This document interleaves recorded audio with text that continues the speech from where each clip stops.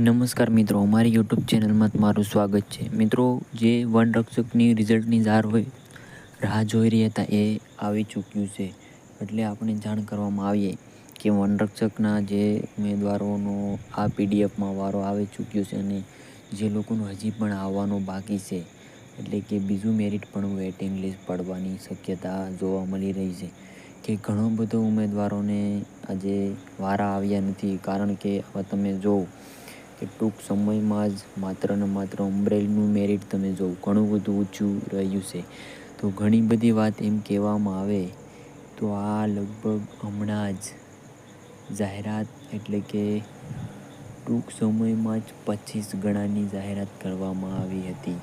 એટલે કે જે લોકોને ઉમેદવારોમાં 8 ગણા લેવાના હતા એ 8 ગણા લઈ અને ઘણી બધી ઉમેદવારીઓ આ જાહેર કરવામાં આવેલ છે. તો મિત્રો, આ ગાંધીનગરથી લઈ અને બધું જ અટાણે હોબાળો મચી રહ્યો છે. એટલે આધારે જાણવામાં આવે તો આ હું કહું કે આ મેરિટ ખૂબ ઊંચું જોવા મળી રહ્યું છે.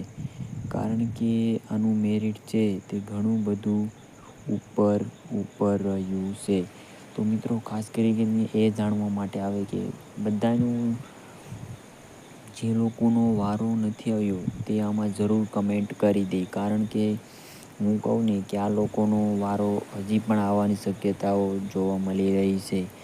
કારણ કે કેવી રીતે આ મેરિટ બન્યું છે એ નોર્મલાઇઝેશન એ હું તમને આજે કહેવાનું છે. તે વિડીયોમાં તમે આગળ જોતા રહેજો, એટલે બધી જ માહિતી તમને મળી જાય. તો મિત્રોનું નોર્મલાઇઝેશન કેવી રીતે થાય છે તે હું તમને બતાવવાનો છું. એ કેવી રીતે નોર્મલાઇઝેશન કર્યું છે તો તમને હું બધી જ માહિતી આપીશ. એટલે તમે આ બધા જિલ્લા વાઇઝની તમે મેરિટ જોશો. આ અમરેલીનું મેરિટ પણ એટલું જ ઊંચું ગયું છે. તો મિત્રો, ઘણું બધું ઉપર મેરિટ છે. અમરેલીનું મેરિટ છે 168ની આજુબાજુ છે. તો સૌથી વધારે છે ઊંચું મેરિટ છે અમદાવાદનું મેરિટ ખૂબ ઉપર ગઈ તેવી શક્યતાઓ જોવા મળી રહી છે.